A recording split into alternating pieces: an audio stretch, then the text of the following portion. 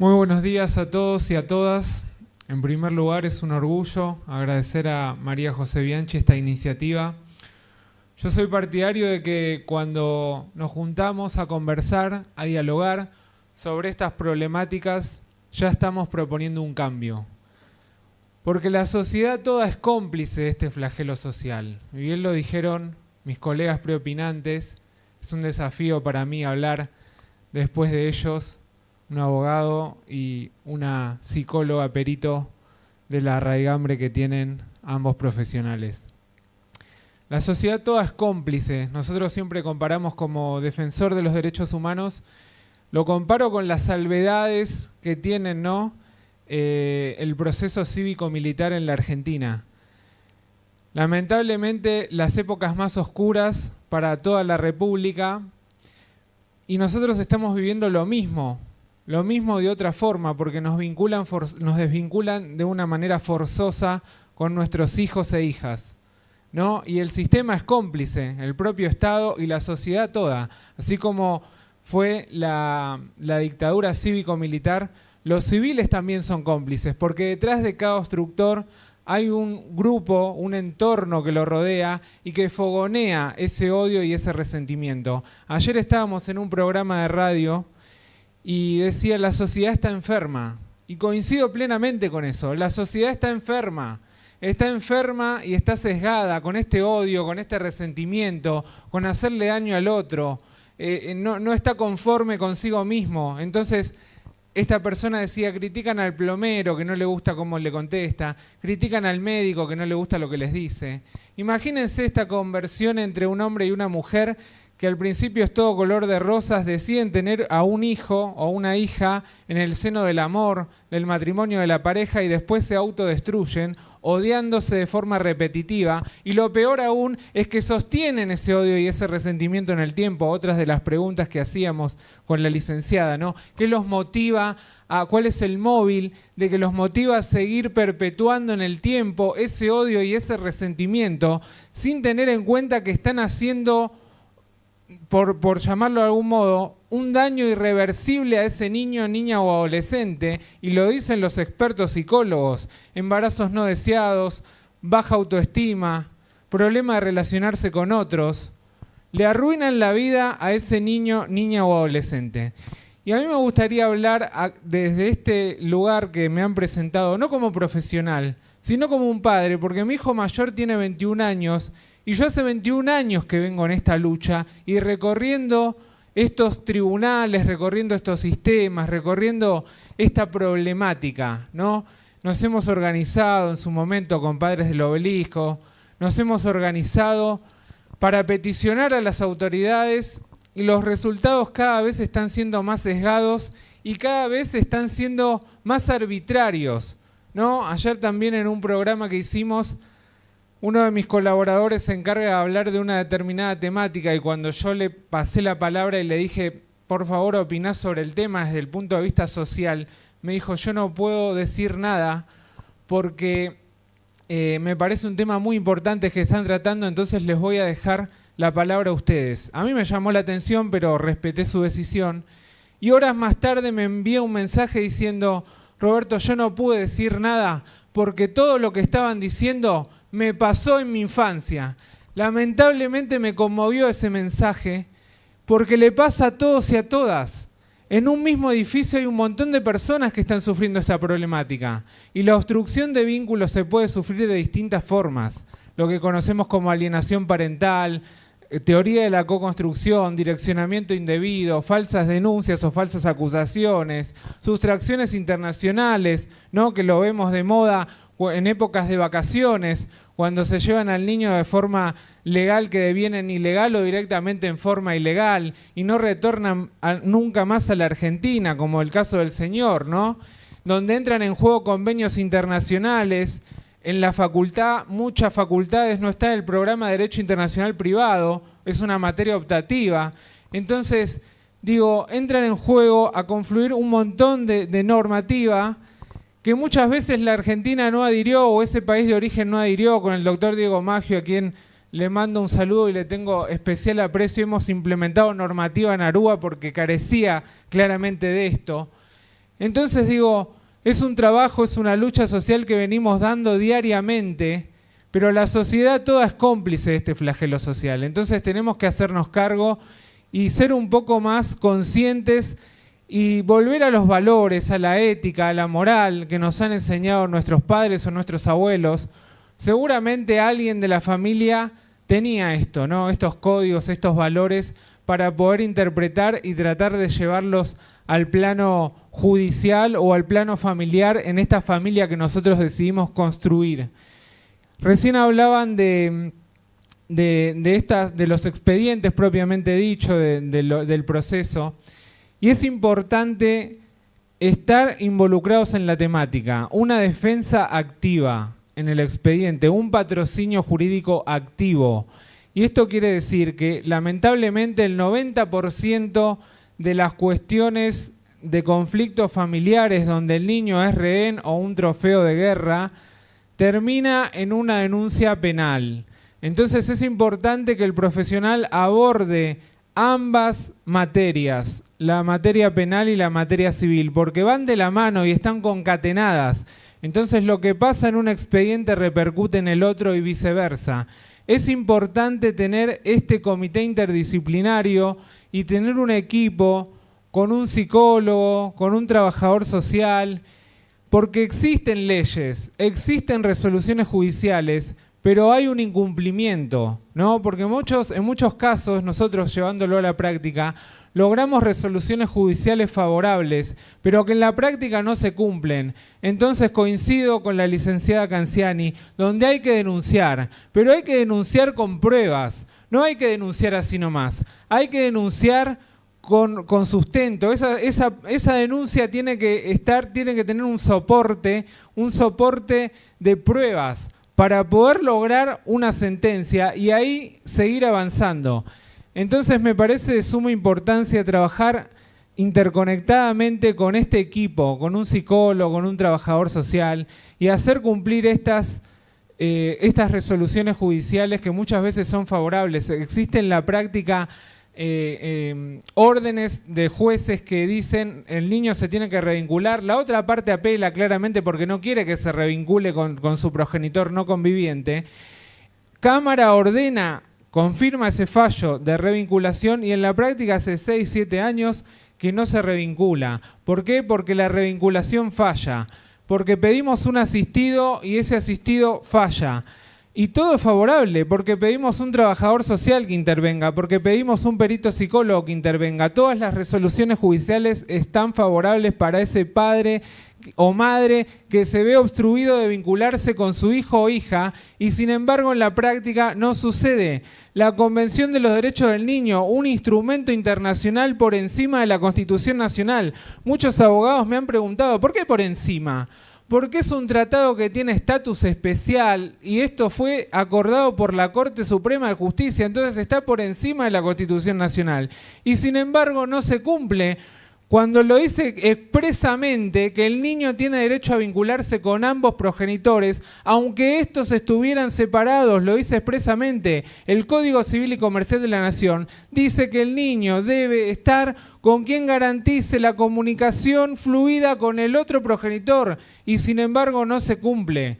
En audiencias me ha tocado, cuando es mujer, y acá hablaban de los sesgos, hablaban de la ley de violencia familiar, de violencia de género, de la Convención Belén do Pará, donde te invierte la carga de la prueba y vos tenés que probar algo que no hiciste. Probar algo que no hiciste es muy difícil, es un desafío muy grande. Entonces digo, una defensa activa, estar atentos y trabajar en conjunto con estos peritos psicólogos y ponerle un límite al Poder Judicial, ¿no? Ponerle un límite de decir, estas medidas cautelares que muchas veces se dictan de forma inaudita, aparte cuando están los sesgos para un lado y cuando vos lo pedís, no. Nos ha pasado, a mí me ha tocado en lo personal que me han ordenado notificar a un muerto y le digo, pero está muerto y está acreditado en el expediente el certificado de función y me dice notifíquelo igual. Es algo nulo de nulidad absoluta y yo siempre lo digo porque me parece una aberración jurídica y me da vergüenza como operador judicial. Me ha pasado en la feria hace poco donde pedí una medida cautelar que debe dictarse inaudita parte, que la dicten urgente, obviamente acreditando la verosimilitud en el derecho, la contracautela, el peligro en la demora, ¿no? Donde un niño podía ser gravemente ultrajante, podía padecer un abuso gravemente ultrajante. Y pedí una medida cautelar. Sacan una resolución un día antes de que comience la feria judicial donde me dice que le dé traslado a la otra parte. Yo no sé si es un chiste o qué hacer, ¿no? Obviamente lo aconsejé a mi cliente a que inste la acción penal por fuera, a pedir habilitación de feria y demás, pero me parece una aberración jurídica y me parece que los jueces no están a la altura de las circunstancias, porque los jueces deben impartir justicia y lo que menos hacen es eso, sino que copian y pegan el dictamen de un defensor que muchas veces está sesgado. Recién hablaban del artículo 12, de la escucha al niño, la autonomía progresiva, el interés superior del niño. ¿Y cómo se lo escucha al niño? Con un acta que dice se hizo la audiencia y punto. Las partes no tienen acceso a esa audiencia. Los abogados no tienen acceso a esa audiencia. Tenemos miles de proyectos presentados para modificar la 26061, que es la Ley de Protección Integral.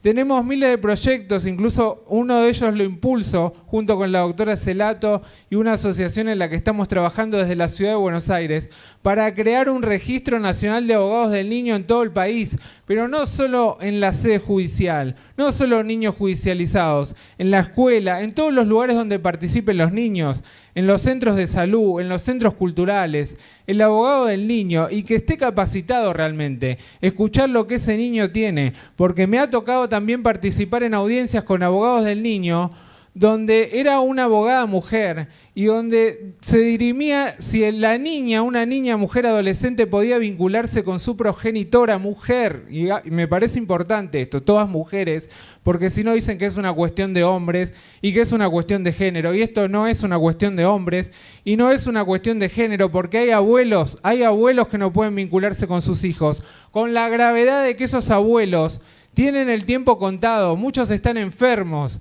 muchos están padeciendo, no pueden ni siquiera caminar y sin embargo no pueden vincularse con sus nietos o nietas y no les queda mucho tiempo. Y a los padres tampoco, y lo digo como padre, porque yo hace 21 años que padecí el primer impedimento de contacto con mi hijo mayor y ese tiempo ya no vuelve más. Lamentablemente no vuelve más. Y para los juzgados somos un expediente más, que muchas veces ni siquiera lo leen, porque me ha tocado también en audiencias con apellidos difíciles, que ni siquiera su señoría leía los autos y se trababa en los apellidos. Eso indica claramente que nunca leyó el expediente. Entonces me dicen que tengo que ir cerrando.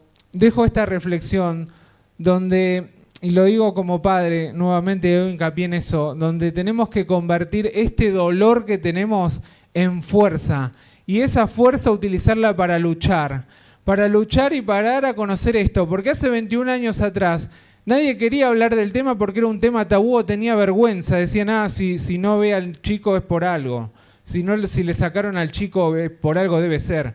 Eso no tiene que naturalizarse. No tenemos que naturalizar la violencia. Tenemos que convertir la fuerza, el dolor en fuerza para luchar con una defensa activa y abriendo expedientes, estas medidas cautelares sin eternas, ¿no? Abrir un incidente y decir, esta medida cautelar tiene que ser de protección por un tiempo determinado, tiene que tener un inicio y un fin, y avanzar. Y no podemos permitir que los sistemas institucionales como la CENAF o cuestiones administrativas terminen sesgando y terminen decidiendo por sobre los derechos. Entonces, existen leyes, existen resoluciones judiciales, pero está en nuestras manos hacerlas cumplir, con fuerza, con optimismo y con voluntad. Muchas gracias. ¡Bravo!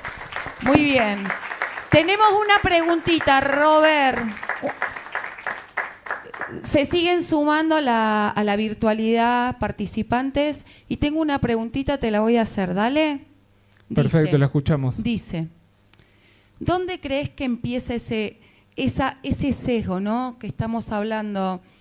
¿En la formación, en los profesionales o en la práctica cotidiana o las tres cosas? Yo creo que en todo, si pongo de ejemplo esto que dije ayer de mi columnista, que no podía hablar porque a él le había pasado lo mismo y lo concateno con lo que decía la licenciada, estas personas que obstruyen el vínculo entre un niño y su progenitor no conviviente, padecieron en su infancia sucesos de violencia, sucesos de que le quitaron al padre o a la madre. Por eso me gustaría hacer una estadística que siempre lo planteo, de a ver estas personas que delinquen o que matan personas y que son menores de edad, ¿qué infancia tuvieron? Si tuvieron al padre o a la madre presente, si tuvieron una familia de apoyo que los sostuviera en su crecimiento, en su esparcimiento, yo estoy seguro que ese dato nos va a sorprender a todos, porque el sesgo comienza en la infancia y esa infancia está manipulada. Y nos pasa, me ha pasado en evaluaciones interdisciplinarias del CIF en Ciudad de Buenos Aires, donde el perito escuchaba el relato del niño y decía, yo me siento identificado, pero no tan así, porque en mi infancia yo tuve un padre ausente, pero sin embargo no me pasó tal cosa. Y a mí me pareció una atrocidad jurídica, porque le digo, lo que te pasó en tu infancia no tiene nada que ver con lo que está diciendo el niño ahora, porque es otro caso. Y una cosa muy importante que quiero aclarar, en derecho 2 más 2 no da 4, puede dar 0 o puede dar 10, porque es una ciencia relativa, no es una ciencia exacta. Entonces no usemos ChatGPT o Gemini para consultar el expediente y demás. Hay que tener abogados especializados, un equipo interdisciplinario especializado, porque todos los casos son únicos e irrepetibles. En derecho, 2 más 2 no da 4. Es una ciencia relativa y no exacta. Muchas gracias. Gracias, muchas gracias. Un fuerte aplauso para este plantel. Me voy a acercar, porque ahora el plantel tan, como yo les dije a todos, gracias, a todos los que me preguntaban, ¿quiénes son? Entonces yo les digo, son los Messi de esta problemática, porque realmente, primero que así lo siento, así lo creo y estoy convencida de que esta capacitación sirve para todos y aparte creo que es enriquecedora entre ustedes también, ¿no? Que la parte interdisciplinaria también, ayudemos un poquito. ¿Quieren levantarse? Así nos sacamos la fotito final. ¿Quieren agarrar una llavecita? Que la llave está en nuestras manos. Ahí va. ¿Cuántos fotógrafos? Gracias. Bueno, un fuerte aplauso para estos disertantes.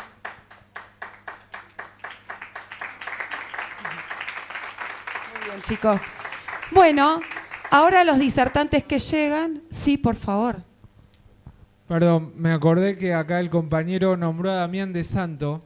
Yo tuve el orgullo de ser alumno de la madre obstructora de Damián de Santo en el Hipólito Vieites en Caballito. Y era una mujer muy difícil. Y vuelvo a esto que dije. Era una mujer muy difícil porque en su infancia había padecido sucesos de violencia y ausencia de uno de sus padres. Entonces la llevó en su vida adulta a hacer lo mismo, a obstruir el vínculo con Damián de Santo y su padre.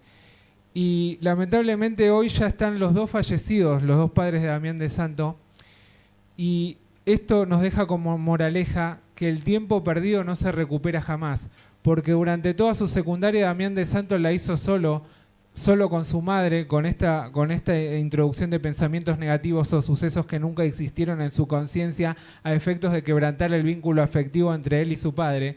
Y ese tiempo no se recupera más. Si bien cuando cumplió 18 años se reencontró a tomar un café, el tiempo perdido y durante todo su secundario y en su infancia no pudo compartir con su padre. Y la madre obstructora fue mi profesora. Yo lo vivía en carne propia. Esa madre estaba muy mal. Todos los días de su vida cuando daba clase y se paraba frente a niños, niñas y adolescentes a dar clase, pero también tenía una niña herida adentro. Entonces por eso tenemos que luchar, para que nuestros hijos y nietos no pasen lo mismo que pasamos nosotros. Gracias.